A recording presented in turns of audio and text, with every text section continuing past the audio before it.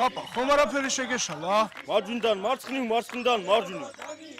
Papa, ნამდვილად იცი რომ შენ სახალგაზრდობაში საქართველოში ასე იღებდეს სურათებს? მე პაპის სახელი მახსოვს და სურათის გადაღება დამოიწყდებოდა. Papa, გონი მაინც რაღაც გავიწყდება. ნამდვილად დამოუწყდა. აიღე დროშა. არ შემიძლია დროშის აღება. დავიქცევი.